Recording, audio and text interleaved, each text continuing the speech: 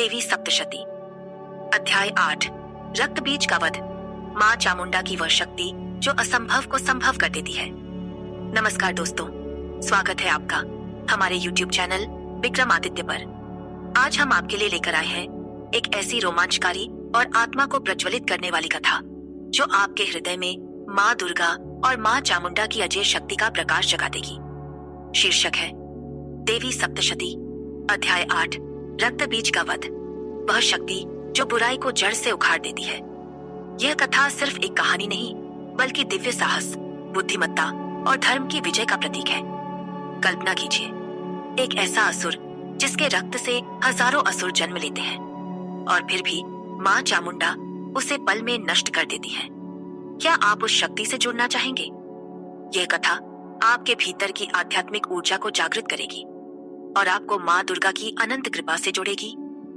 तो इस वीडियो को अंत तक देखिए, क्योंकि आखिरी बात आपके दिमाग को हिला देगी। स्किप मत कीजिए, वरना आप इस वीडियो का सबसे बड़ा फायदा चूक जाएंगे। ऋषि बोले, चंड के मारे जाने, मुंड के वध और विशाल असुर सेनाओं के नष्ट होने के बाद असुरों का राजा शुंभ क्रोध से जल उठा। उसका मन गुस्से से भर गया और उसने सभी असुर सेनाओं को एकत्र करने का आदेश दिया। अब 86 उदायुध और 84 कंबु असुर कुल अपनी सेनाओं के साथ हथियार उठाकर निकले। 50 कोटि वीर्य और 100 धौम्र असुर कुल मेरे आदेश पर युद्ध के लिए जाएं। कालक, दौर्हृद, मौर्य और कालकेय असुर भी मेरे आदेश से तुरंत युद्ध के लिए तैयार होकर निकले। शुंभ, भयानक शासक, ने यह आदेश दिया और 1000 विशाल सेनाओं के साथ स्वयं युद्ध के लिए निकल पड़ा।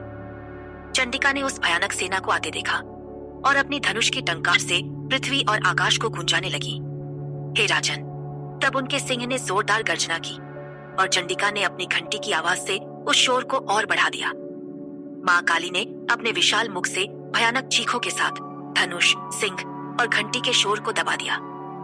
उस शोर को सुनकर असुरों की सेना चारों ओर से क्रोधित होकर देवी, उनके सिंह और काली पर टूट पड़ी। दोस्तों, जरा सोचिए, माँ दुर्गा और माँ काली की यह गर्जना कितनी शक्तिशाली होगी, जो असुरों के दिलों में डर पैदा कर देती है। सुनती आए रहिए, क्योंकि यह कथा और रोमांचक होने वाली है। हे राजन, उस समय देवताओं की भलाई और शत्रुओं के विनाश के लिए अतिवीर और बलशाली शक्तियां प्रकट हुई। ब्रह्मा, शिव, स्कंद, विष्णु और इंद्र के शरीरों से उनकी शक्तियां उसी रूप में प्रकट हुई और चंडिका के पास पहुंची।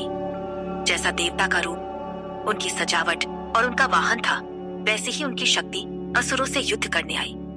ब्रह्माणी, ब्रह्मा की शक्ति, हंसों से युक्त रथ पर जपमाला और कमंडल लिए युद्ध में आई। माहेश्वरी, त्रिशूल लिए, सांपों के कंगन और चंद्रमा की रेखा से सजी वृषभ पर सवार होकर आई। कौमारी, स्कंद की शक्ति, मोर पर सवार शक्ति, भाला लिए असुरों से युद्ध करने आई।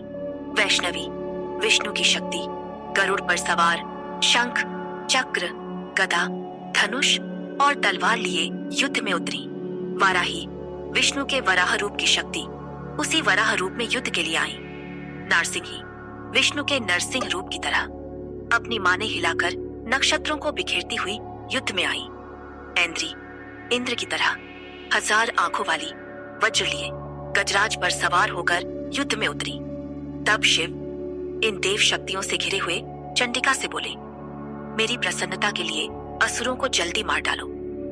तब देवी के शरीर से उनकी अति भयानक शक्ति प्रकट हुई, जो जंगली क्रोध में थी और 100 सियारों की तरह चिल्ला रही थी। उस अपराजिता शक्ति ने काले उलझे बालों वाले शिव से कहा, हे भगवान, मेरे दूत बनकर शुंभ और निशुंभ के पास जाओ। उन अहंकारी दानवों और वहां युद्ध के लिए एकत्र अन्य दानवों से कहो, इंद्र को 3 लोक वापस मिले, देवता फिर से हावी भोगे, और यदि तुम जीवित रहना चाहते हो तो पाताल लौट जाओ, पर यदि तुम बल के अहंकार में युद्ध चाहते हो तो आओ, मेरे सियार तुम्हारे मान से तृप्त होंगे। चूंकि देवी ने शिव को ही अपना दूत बनाया, इसलिए वह लोक में शिवदूती के नाम से जानी गई। देवी के इन शब्दों को शिव से सुनकर महान असुर क्रोध से भर गए और जहां कात्यायनी खड़ी थी वहां पहुंच गए। युद्ध शुरू होते ही देवताओं के शत्रु क्रोध में भरे हुए देवी पर तीरों, भालों और शक्तियों की बौछार करने लगे। देवी ने अपने धनुष से छोड़े गए बड़े तीरों से उन तीरों, भालों और कुल्हाड़ियों को खेल खेल में काट दिया। माँ काली युद्ध के मैदान में घूमती हुई भाले से शत्रुओं को चीर रही थी और खटवांग से कुचल रही थी। ब्रह्माणी जहां जहां गई अपने कमंडल के पवित्र जल से शत्रुओं की शक्ति और तेज को नष्ट कर दिया। माहेश्वरी ने त्रिशूल, वैष्णवी ने चक्र और कौमारी ने भाले से दैत्यों को मार डाला। ऐन्द्री ने अपने वज्र से सैकड़ों दैत्य और दानवों को चूर कर दिया, जिनके रक्त की धारा पृथ्वी पर बहने लगी। वाराही ने अपने थूथन से शत्रुओं को बिखेर दिया, उनके सीने को दांतों से चीर दिया और चक्र से काट डाला। नारसिंही ने अपने नाखूनों से महान असुरों को चीर डाला और उन्हें खा लिया। उनकी गर्जना से आकाश गूंज उठा। शिवदूती की जोरदार हंसी से असुर चक्कर खाकर जमीन पर गिर पड़े और वह उन्हें खा गई। मातृगण को क्रोधित होकर महान असुरों को विभिन्न तरीकों से नष्ट करते देख शत्रु सेना भागने लगी। मातृगण से पीड़ित दैत्यों को भागते देख महान असुर रक्तबीज क्रोधित होकर युद्ध के लिए आया।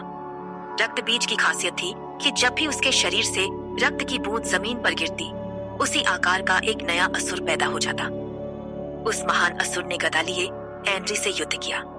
तब ऐन्द्री ने अपने वज्र से रक्तबीज को मारा। वज्र से घायल होने पर उसके शरीर से रक्त की धारा बही और उससे उसी रूप और पराक्रम वाले योद्धा पैदा हुए। जितनी रक्त की बूंदें उसके शरीर से गिरी, उतने ही बल, शक्ति और साहस वाले प्राणी पैदा हुए।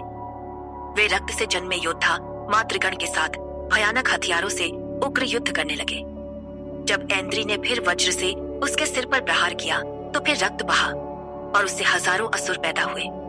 वैष्णवी ने चक्र से, ऐन्द्री ने गदा से, कौमारी ने भाले से, वाराही ने तलवार से और माहेश्वरी ने त्रिशूल से रक्तबीज को मारा। रक्तबीज क्रोध से भरा हुआ अपनी गदा से सभी मातृगण को एक एक कर मारा। उसके शक्ति, भाले और अन्य हथियारों से घायल होने पर रक्त की धारा जमीन पर गिरी और उससे सैकड़ों असुर पैदा हुए। रक्तबीज के रक्त से जन्मे इन असुरों ने संपूर्ण जगत को घेर लिया। देवता अति भय से ग्रस्त हो गए। देवताओं को निराश देखकर चंडिका जोर से हंसी और मां काली से बोली, हे चामुंडा, अपना मुख बड़ा करो।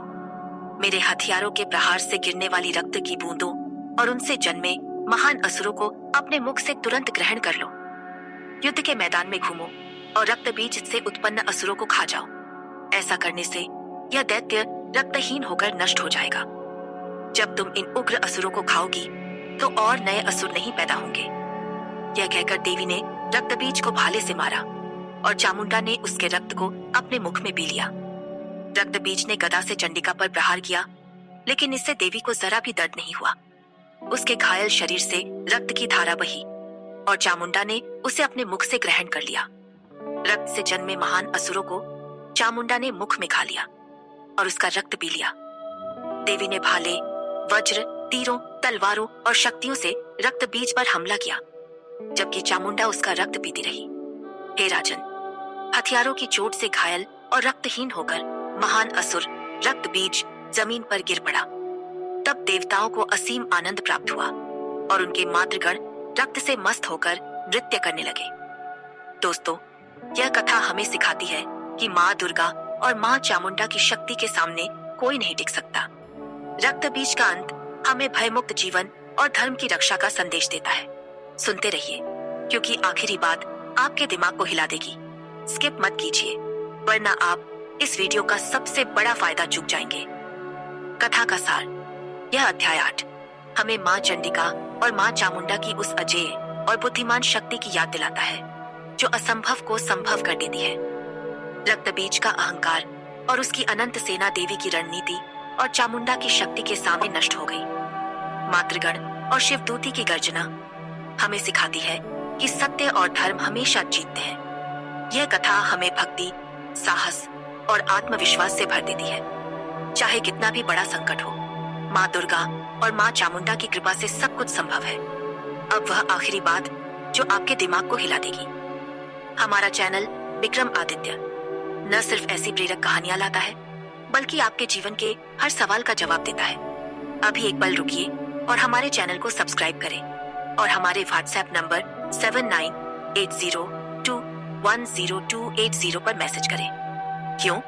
क्योंकि हम आपको मुफ्त ज्योतिषीय भविष्यवाणियां और आपके जीवन की हर समस्या का समाधान देंगे। यह मौका चूक जाएंगे तो आप अपने जीवन को बदलने का सबसे बड़ा अवसर खो देंगे। तो अभी सब्सक्राइब करें और व्हाट्सएप पर संपर्क करें, क्योंकि माँ दुर्गा और माँ चामुंडा की कृपा आपके साथ है और हम आपके जीवन को और बेहतर बनाने के लिए हैं। धन्यवाद और फिर मिलेंगे अगली कथा के साथ।